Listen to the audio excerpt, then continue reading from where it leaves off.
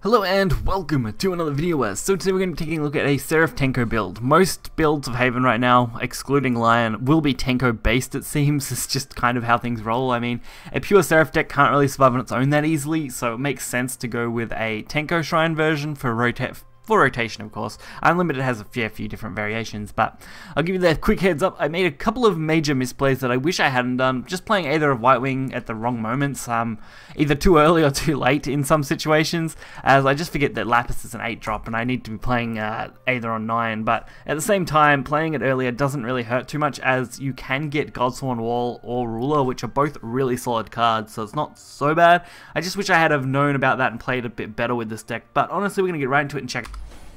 So, kicking us off, we're going to go up against Shadow. Usually not a super favourable matchup, especially against a Seraph kind of variant, but definitely one that I put in a lot of effort with, and it didn't really make too much difference in the end, as we didn't end up needing either the Tenko or the Seraph in these decks to really make the difference. Although they might have been helpful at the time, we definitely went for a more rush down for this Shadow. So, kicking us off early, of course, the Globe of Stairways is a perfect 1-drop to have, since we don't really have anything else that could take that spot easily.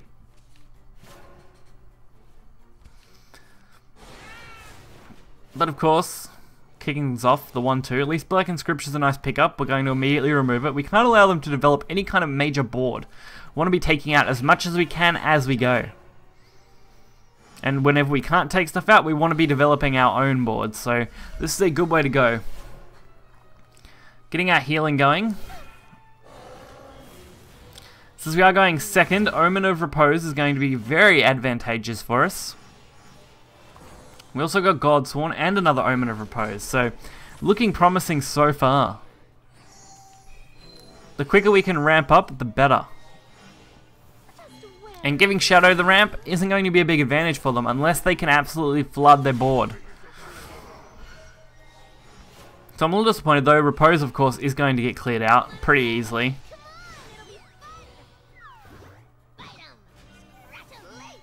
And of course, Hound. It's going to hurt us a bit.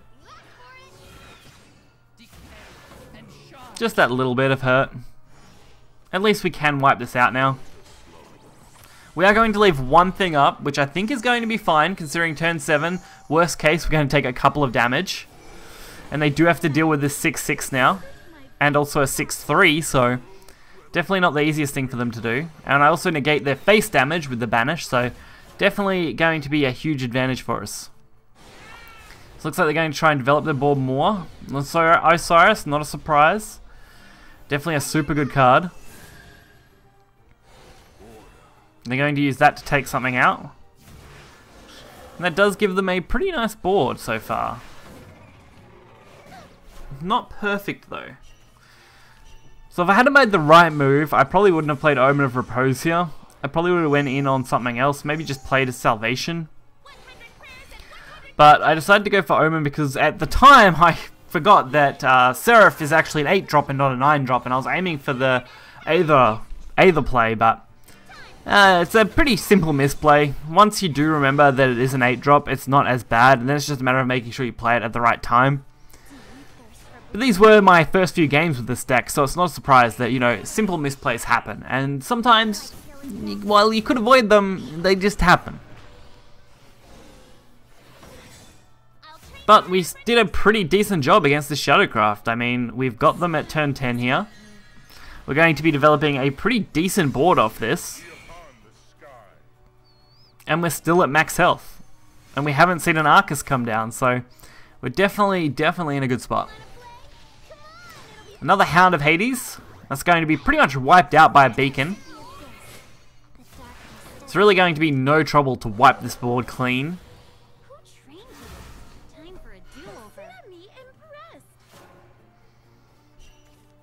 So we're going to be able to throw out the Beacon of Salvation, wipe the board, go face, 7 damage, and set ourselves up with a pretty decent board ourselves.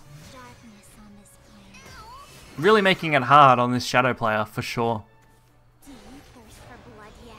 So another Frail Monster Girl, definitely a decent way to remove things, but not going to be super useful, as all they can really hit is the 4 damage on the 6-2, which is not good for them. Now they're just trying to draw whatever they can. Definitely looks like they're using a more Burial-Rite focused deck. Not a surprise. This time I focus more on healing while going face at the same time, since there wasn't really any need to play anything else. And that does end up with the concede on our opponent's end, which is great for us. So now following on from that, we are going up against Rune. No big shock there. I assure you the pleasure is mine. My blossoms will reflect in your eyes.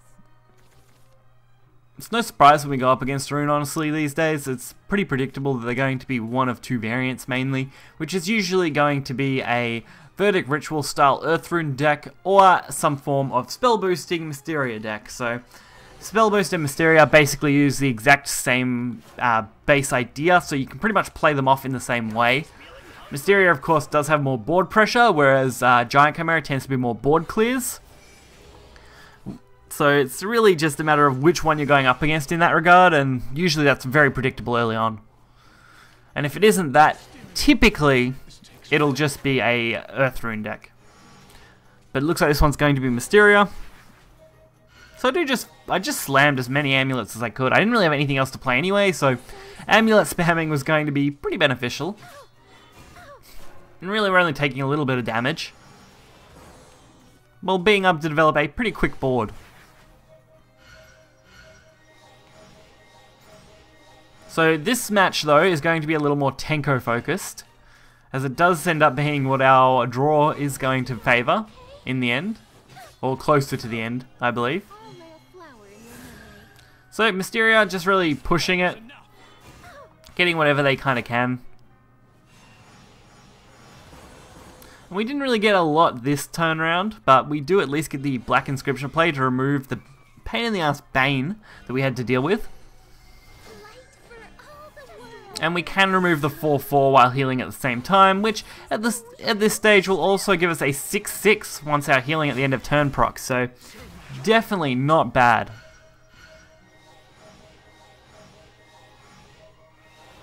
So set up a pretty nice board and hand here. It's just a matter of taking advantage of them. So Mysterian Dragoness, not a problem. Not yet anyway. Genesis of Legend though is definitely not fun. It looks like they are playing a more Tempo Rune oriented deck, which I did cover. I have covered Tempo Rune, so it's no surprise that that deck is popping up. It was really solid when I played it. So we're just really going to focus on the healing. I know I'm going to lose this, so the Evo was probably unnecessary, but I mean, it felt good at the time. And we do end up with a Lapis in our hand, which isn't a bad spot to be in. They were forced to use the removal on our board.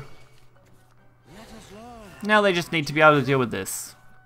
They do decide to go face. That's a lot of face pressure there. We do end up with the Tenko.